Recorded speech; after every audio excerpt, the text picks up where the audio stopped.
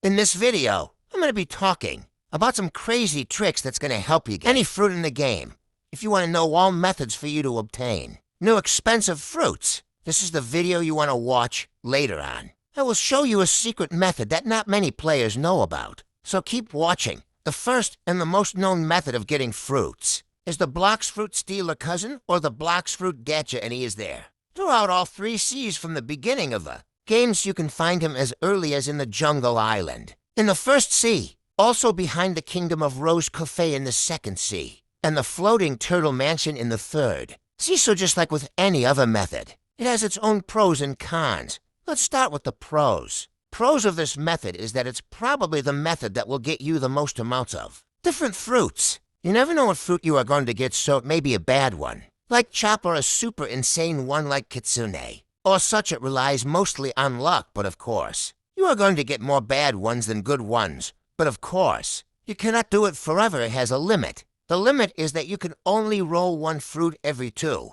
hours, so you can't spam it, and it makes complete sense. If there wasn't this limit, players would just keep rolling until everyone has every fruit, which is really boring and not the point. Also, depending on your level, you have to pay a certain amount of money in order for you to roll a fruit, so it can be anywhere from 10K to over 50K. Belly, so if you don't have much money, that can be also a liming factor, so the Blox fruits gacha is a really good method, but of course there are better ones. One is by doing the factory raid, and a lot of people actually don't know about this, even though it's one of the simplest ways on this list. But to do this, you have to have access to the second C, which I'm pretty sure most people do. When the factory raid is about to start, a message is going to be sent to the server saying, "We are breaching the factory in 30 seconds. And once those 30 seconds are up, there's going to be another message thing, alert the factory has been breached, poison control, activating in 5 minutes. Then basically you have 5 minutes to destroy the core in the factory, and if you're the person that does the most damage to the core, then you'll be actually awarded with the random devil fruit. But don't worry, even if you don't end up doing damage to the core, and if you did at least 10%, then you'll receive drops depending on your damage, 65,000 to 85,000 belly, but 76,000 on average. You also get an average of 650,000 XP, which is a good amount just for raid. But you're not guaranteed a fruit, you're only guaranteed a fruit if you do the most damage. You can also get a thing called that item rifle from here, which is actually one of the most overpowered guns in the whole game. Next, we got the ship raids, which are actually different depending whether you're on the second C or the third C.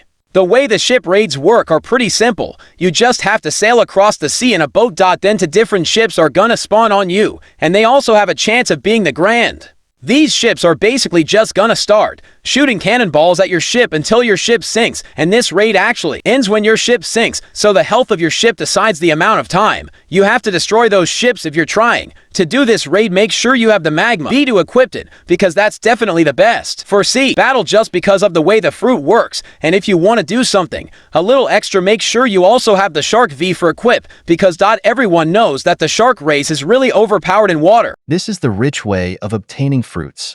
The Fruit Notifier Game Pass costs 2.7k Robux, and it basically lets you know where a Blox fruits, blunt fruits like this, spawn every hour, so that means every hour you'll get a new fruit. But if someone accidentally finds it, or somebody else has the Game Pass, they can pick it up as well. If you are slow, if you want to farm fruits fast and efficiently by doing this method, it would be best to buy yourself a private server. Let's be real, if you have enough Robux to buy yourself a Game Pass that costs 2.7k Robux, you also have additional 200 to buy a private server. So that's that, but here is where most players make a mistake.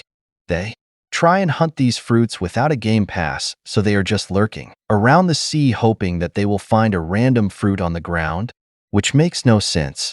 Firstly, because doing this may actually be for nothing, because you probably won't find anything. There are probably some players that have the Game Pass in the server, so they are most likely to find that fruit way before you. So if you are doing this, I recommend you to stop it and rely on some different methods that I will show you.